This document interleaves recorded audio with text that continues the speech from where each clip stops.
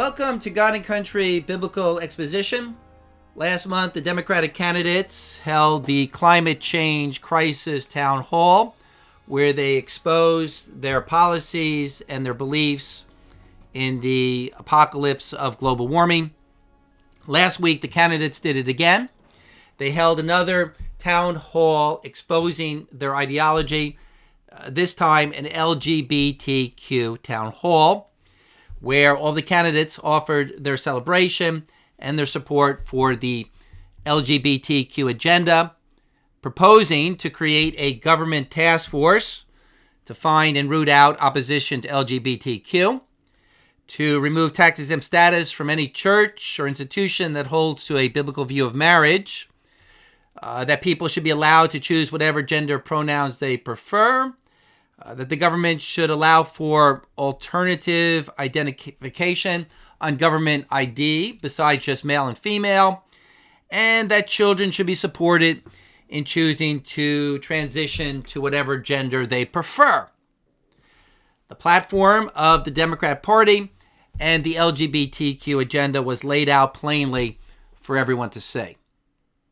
Now, in 2019, we have legalization of homosexual marriage, transgenderism. Children are being told that gender is a choice, bathroom choice, moral policies that would have been unthinkable 25 years ago.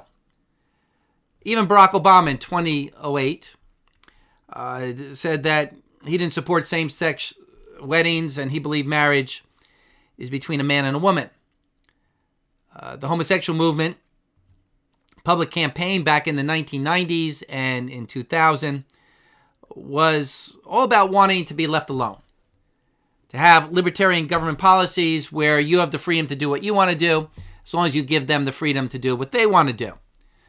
But pro-traditional family activists were saying, no, their agenda is far more invasive. They want homosexual marriage.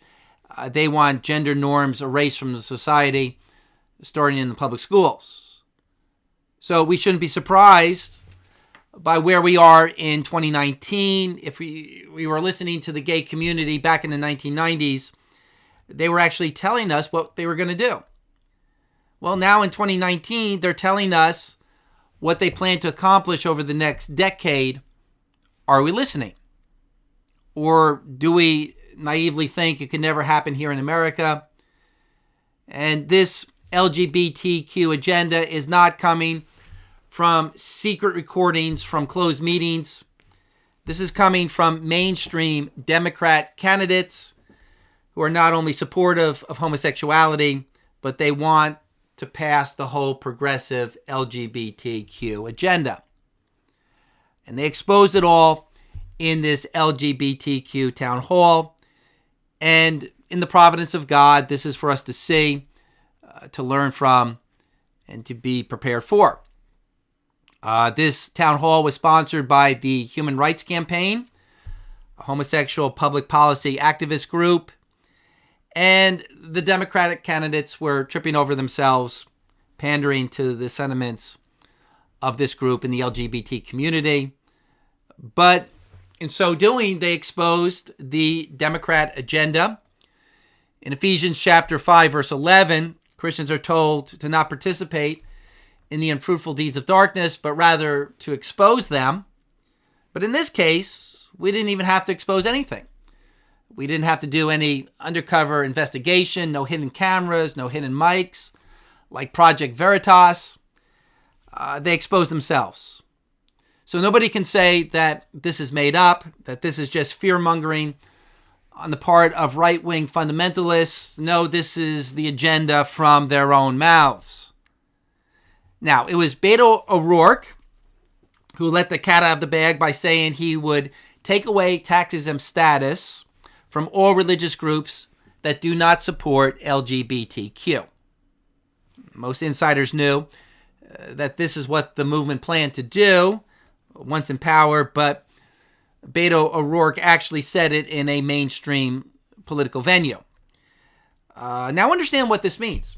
If the tax-exempt status is removed from religious institutions, from churches, from Christian colleges, from publishers, it is not as if these groups can still practice their beliefs, but just be taxed. What happens is that they now fall under the rules for any LLC corporation, which means it's illegal to discriminate against anyone on the basis of sexual orientation.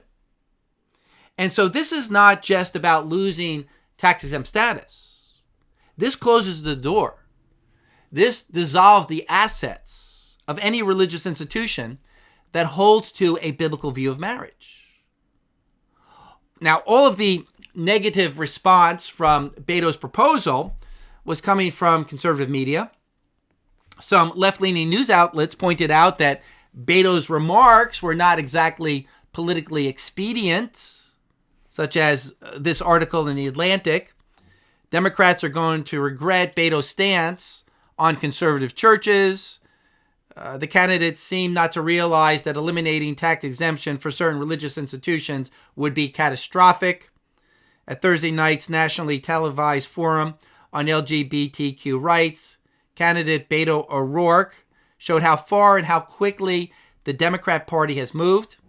The former Texas congressman caused quite a stir when he said he would support revoking the tax-exempt status of religious institutions, colleges, churches, and charities if they oppose same-sex marriage. But even though O'Rourke's comments were criticized by some, I've not seen any interview or any article where any of the other Democrat candidates spoke against Beto's proposal. Maybe it's because if they opposed Beto's comments, they would be criticized by the LGBTQ community. It kind of looks like the media is covering for these other candidates by not asking them what they thought or what they think of the tax-exempt issue. It's likely that they all agree with Beto. You know, in this town hall, it wasn't as if each of the candidate was asked to comment on each of the questions. They each were given a hand-picked question that they could safely answer. Beto about removing tax-exempt status, Warren supporting gender choice for children, Buttigieg about gay men giving blood, Klobuchar about conversion therapy being made illegal, Castro about linking U.S. foreign policy to LGBTQ rights. Each candidate was given a specific issue, and there was no argument or disagreement between the candidates. This was not a debate. This was all the candidates affirming the position of the Human Rights Campaign, the LGBT community. And they all supported each other's policy proposals. Now, in a moment, I'd like to address some of the specific statements made by the candidates. They were outrageous. You know, they all showed how these candidates are thoroughly vested in the LGBT agenda and worldview. But first, let's just look at the overall philosophy underpinning these policy proposals. Often we fault the fruit and we forget to examine and fault the root.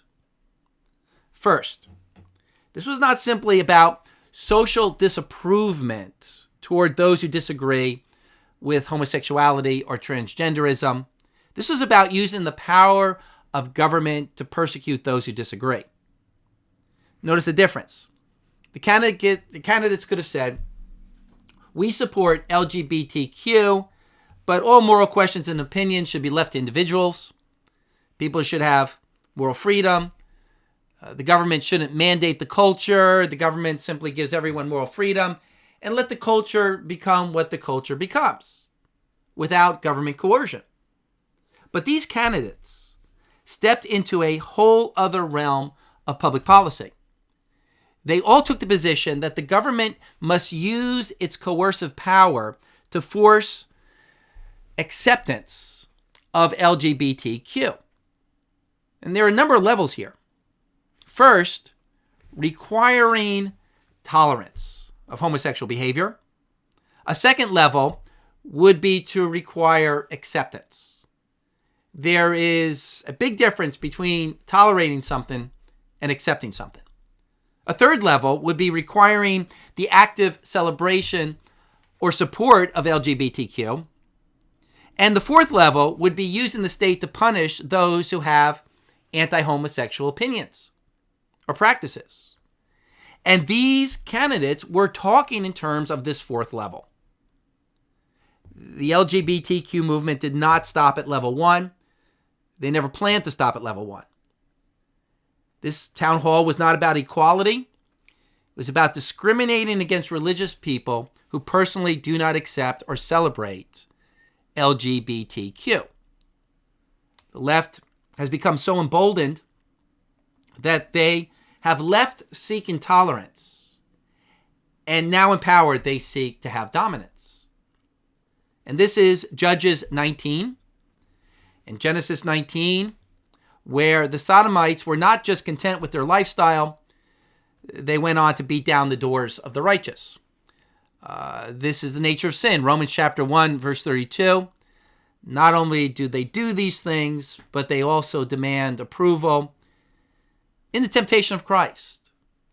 Satan didn't just want autonomy. He wanted God to bow down and worship him.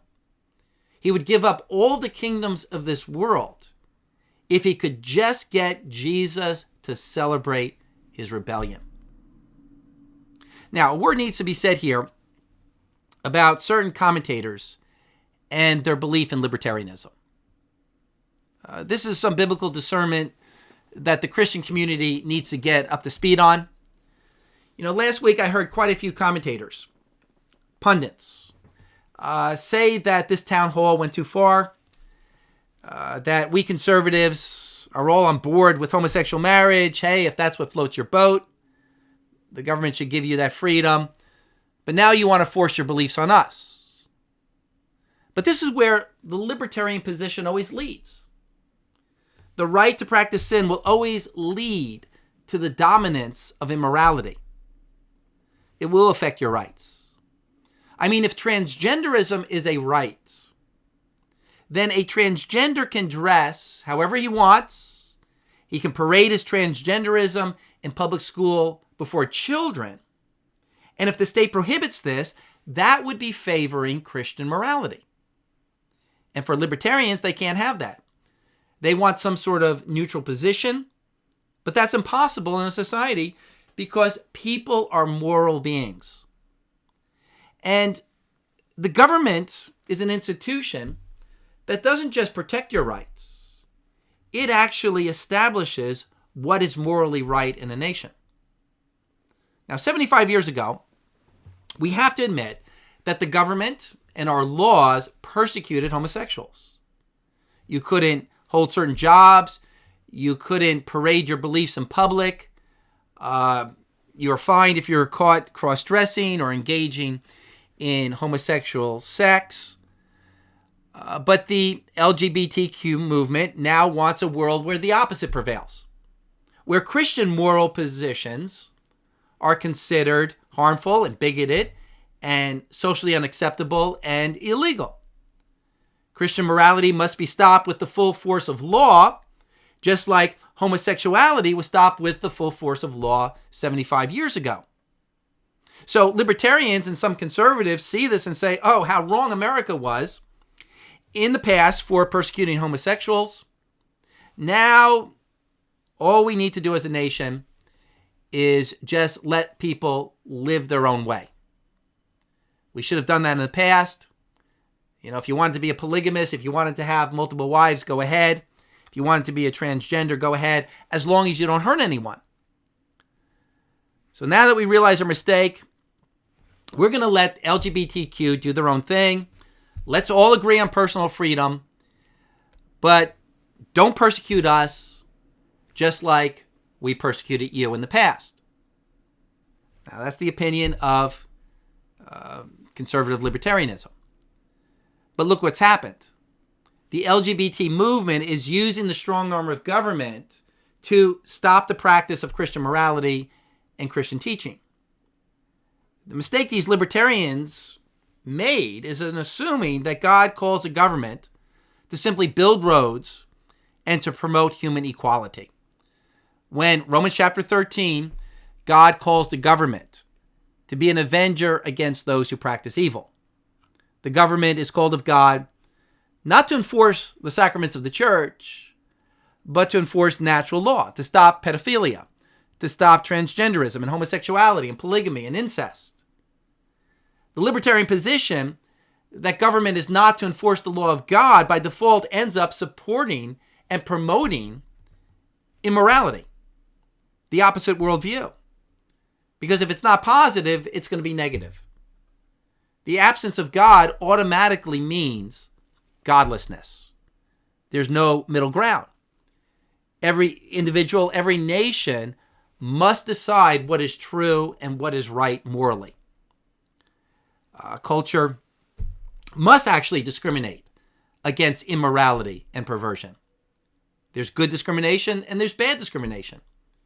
And Western nations, having a heritage of Christian culture, traditionally supported the Christian worldview.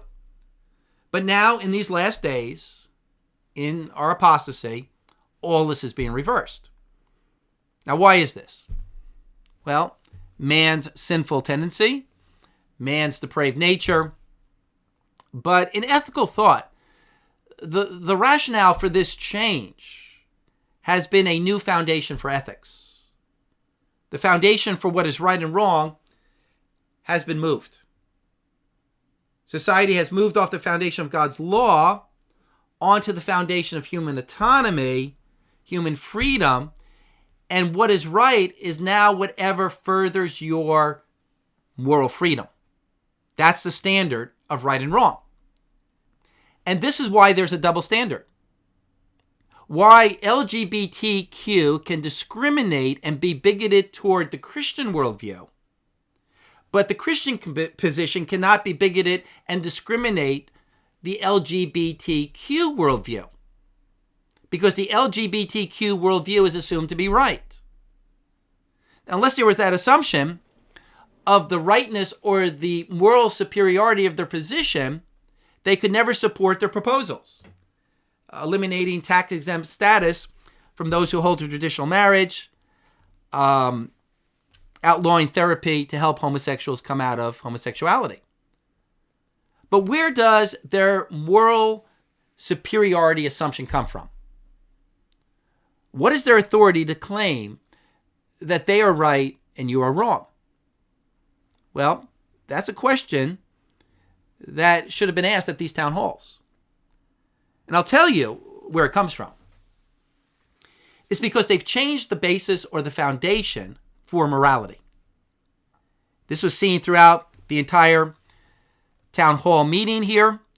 For example, Beto O'Rourke said the following: "There can be no reward, no benefit, no tax break for anyone or any institution, any organization in America that denies full human rights and full civil rights of every one of us. And so as president, we're going to make that a priority, and we're going to stop those who are infringing upon the human rights of our fellow Americans." Did you catch that? The basis for right and wrong has become human rights or civil rights. The right to what? The right to moral autonomy becomes justice, becomes virtue. If you have a culture that bases right and wrong on human moral autonomy, upon what people desire, you have Sodom and Gomorrah. You probably heard about this recent court case in the UK. A British doctor who had been working at the Department for Work and Pensions for over 30 years was fired for saying that in a hypothetical scenario, he would never call any 6-foot bearded man a madam. He never even offended anyone by misusing their pronouns. He was fired for suggesting the possibility. So the case was brought before a Birmingham employment court, which said that the doctor's beliefs have no place in British society. Quote, "A belief in Genesis 1:27, where God made man and woman, lack of belief in transgenderism, and conscientious objection to transgenderism, in our judgment, are incompatible with human dignity and conflict with the fundamental rights of others. That is the new worldview. Your biblical beliefs, practicing your beliefs, conflict with the rights of other people to sin. So here we see the new basis for ethics, human dignity. What is right is what affirms and dignifies you the most, rather than what the Western world was built on, that what is right is the law of nature and nature's God. In fact, sin will always thwart the dignity of the criminal. But this British court actually was espousing here a satanic worldview, that God's values hurt us, that they thwart our human dignity. This is the lie of the devil back in Genesis chapter 3 in the garden. And Christians today need to understand and explain and expose this new foundation for right and wrong. This is a new foundation for moral authority, for beliefs. Society is no longer building law and values on the law of God, but now on human freedom, whatever you desire, whatever makes you feel fulfilled. And on this new foundation, God's laws are not just abrogated. They're actually judged to be bigotry, prejudice, discrimination, hateful, and harmful. And the mistake some conservatives are making is thinking that we can still have God's laws accepted in our society built on this new foundation. But we're never going to return our nation to morality unless we first move society and our societal leaders back onto God's foundation.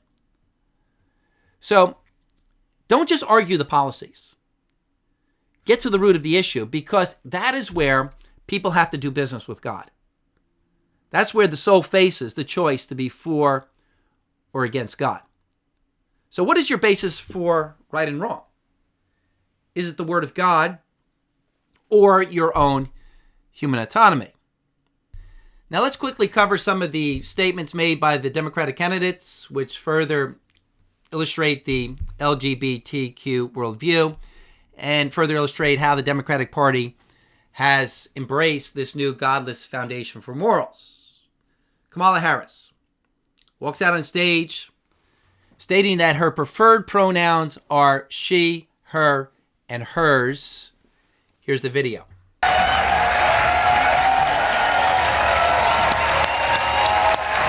Good to see you, Senator. Thank you for joining us. Appreciate it. How are you?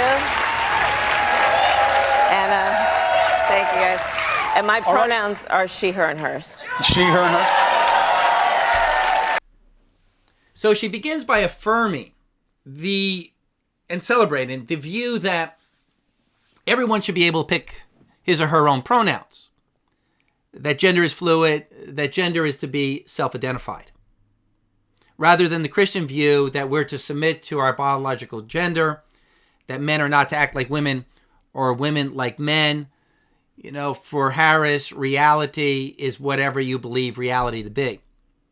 She also went on to say that it was her joy to officiate the first same-sex marriage in San Francisco.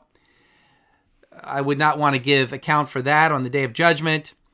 She was also asked how she would reach out to voters in small conservative areas concerning LGBTQ issues. She said that she will share the story of all the families who came to that first same-sex wedding ceremony in San Francisco. The group that was so large and was so full of pure joy, you could feel it. People who loved each other and had the ability for their love now to be recognized by law. So our argument is to look at how it made these people feel. Cory Booker was asked what he plans to do about the alleged rising number of hate crimes against members of the LGBT community. Booker responded by saying that he would create an office on hate crimes and white supremacy. And we all understand that that could easily morph into, government agencies targeting those who speak up against the immorality of homosexuality and transgenderism. But then Booker went on to explain that he would also replace the current Secretary of Education, Betsy DeVos, with someone who will protect LGBTQ children. Betsy DeVos is a Christian, And she revoked the Obama administration's mandate that public schools allow for bathroom choice based upon a student's gender preference. And Booker's policy here is in keeping with the LGBTQ's belief that we need to teach our children that gender is a choice, not a biological mandate. So Booker thinks Betsy DeVos must go. Booker also agreed with Beto O'Rourke.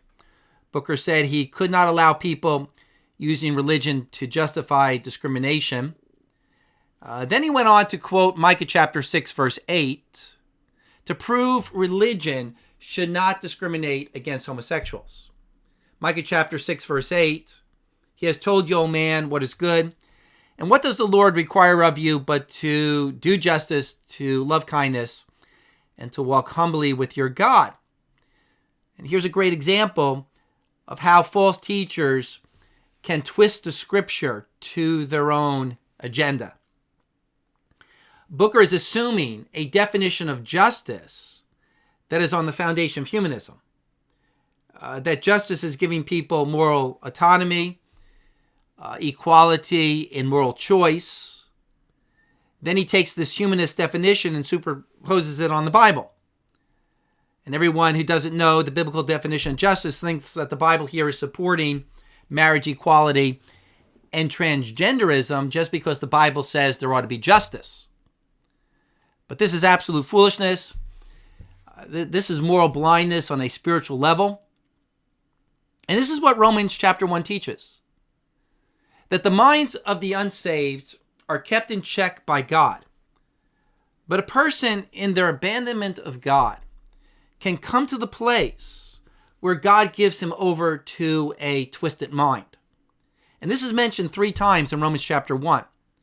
Romans 1:24, God gave them over in the lust of their heart to impurity.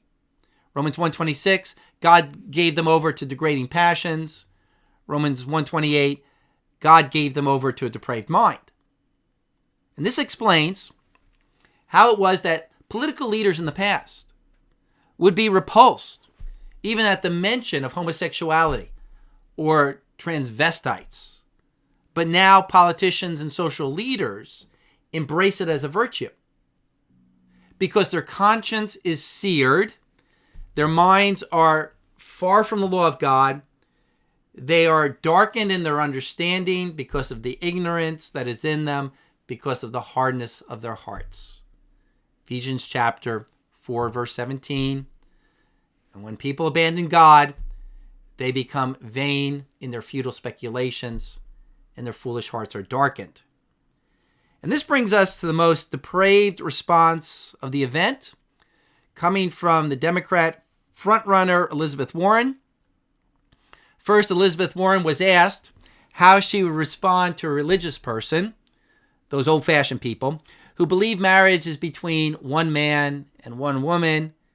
Here's the question, and here's her response. Let's say you're on the campaign trail and you're approached. You have been, yes. And a supporter approaches you and says, Senator, I am old-fashioned, and my faith teaches me that marriage is between one man and one woman. What is your response? Well, I'm going to assume it's a guy who said that.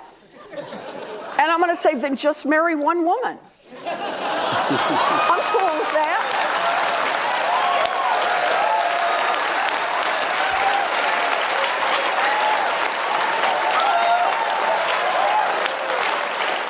Assuming you can find one.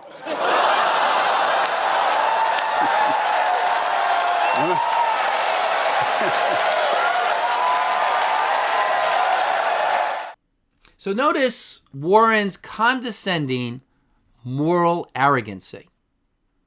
Romans chapter 3, verse 18, there is no fear of God before their eyes. Warren completely disregarded the moral law of God, that homosexuality is abomination to God. She set herself up as a moral authority. Not only the arrogance of believing her own moral authority, but she actually mocks God and God's people. And this is Jude 18, mockers who will come in the last day following their own desires, their own opinions, their own lusts. And it got even worse. A mother had her daughter, who is transitioning into being a boy, a 9-year-old, asked Senator Warren what she would do to protect her from those who oppose her transitioning. Now, Warren answers this by saying that, like Booker, she's going to get rid of the Secretary of Education, Betsy DeVos.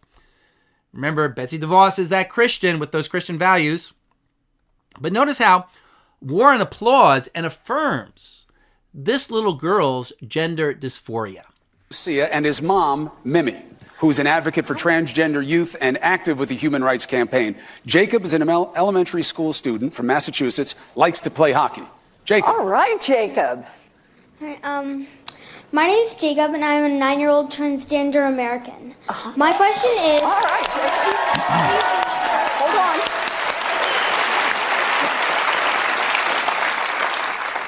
What will you do in your first week as president to make sure that kids like me feel safer in schools?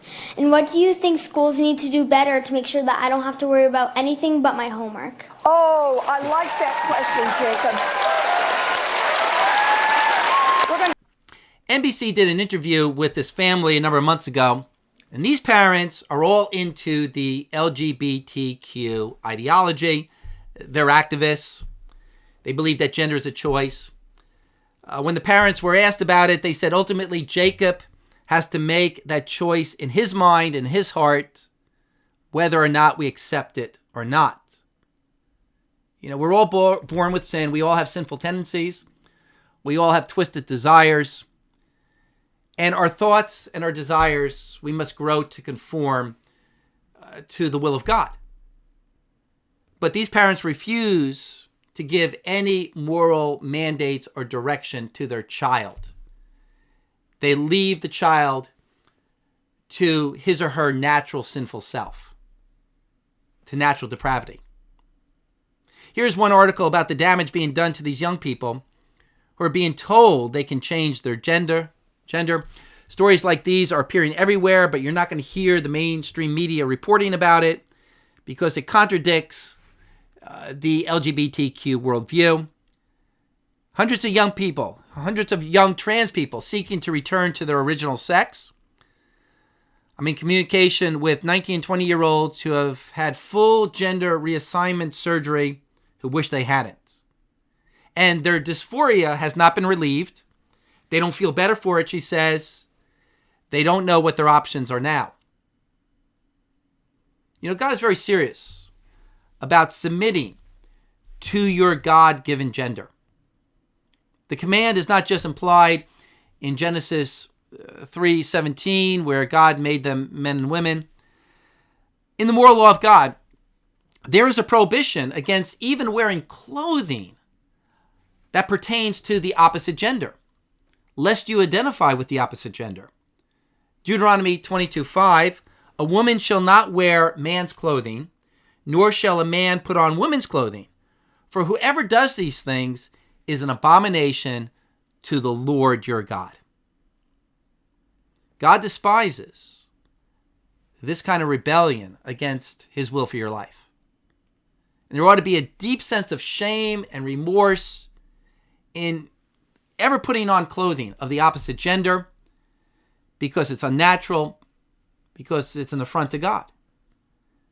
But for Elizabeth Warren, as we read in Romans chapter 1, she's given over to a depraved mind, and so she applauds transgenderism rather than weeping. Elizabeth Warren is so far invested in this ideology that gender should be a choice. She even wants tax-funded transgender surgeries for inmates. Well, there are many other statements made in this town hall that were an affront to God, such as Pete Buttigieg saying that being anti-LGBTQ makes God smaller. But let me conclude with Joe Biden's comments. One of the things that's noticed in Biden's speeches is that he always gets his facts wrong. He always quotes sources and statistics from the left that have been thoroughly debunked. And in this town hall, Biden makes the claim that gay couples are more likely to stay together longer than heterosexual couples. Now, that has been thoroughly debunked. Homosexual marriages do not last longer than heterosexual marriages. In fact, they are usually open marriages that involve lots of extramarital sexual encounters, but Biden prefers to believe the propaganda. Then Biden was asked a question by Judy Shepard, mother of Matthew Shepard, a homosexual man who was killed back in 1998, allegedly by anti-homosexual bullies. Matthew Shepard became the poster boy for gay rights and for passing hate crimes against those who persecute homosexuals. I believe an important point to be made here is that later it was revealed that Matthew Shepard was not killed by homophobes. He was killed by being in a bad drug deal and by a fellow homosexual. Here's just one article, The Truth Behind America's Most Famous Gay Hate Murder. Matthew Shepard's horrific death at the hands of redneck homophobes shocked America and changed its laws. Now a different truth emerges, but it doesn't matter. You know, it kind of reminds us of the lie that was the basis for Roe versus Wade, which, of course, caused abortion to be legalized in America. But the whole story behind Jane Roe was a big lie. It was all media propaganda. And so also a lot of recent LGBTQ policy has been based upon media propaganda, even this Matthew Shepard myth. But the story really doesn't matter. What matters for most people is the LGBTQ narrative that traditional morality will lead to hate. Biden believes the propaganda. And the solution Biden proposes here is the passing of the Equality Act. As Biden states, all of the Democrat candidates want to pass the Equality Act, which would effectively overturn the Religious Freedom Restoration Act. The Equality Act would make any moral judgments against homosexual behavior or transgenderism a crime. Now, this town hall took place on Thursday night. The next day was Friday, which is National Coming Out of the Closet Day, which is really amazing that America actually has a day celebrating coming out of the closet, saying that you're homosexual. But it was appropriate because all of these candidates were coming out of the closet. They were exposing their full dedication to the LGBTQ worldview and agenda. But let me conclude here with some words of encouragement for God's people, a way to view this biblically. Don't look at this town hall as being a victory for the homosexual movement or for the world, for the left. This was not their advancement. This was not their victory. This was their defeat. Romans chapter 1. When God gives a people over to the lust of their hearts, over to futile speculations, over to unnatural degrading passions, that is the judgment of God. These sins do not simply call for the judgment of God. These sins, these beliefs, are the judgment of God. Being given over to a depraved mind is the judgment of God. So the individual will act in a way that will bring the judgment of God down upon his head. What we saw in this town hall was not their advancement, but the foreshadowing of their coming destruction. It was as if each of these candidates were telling everyone to find the nearest precipice and jump off of it. I mean, do we believe what the Word of God says about this?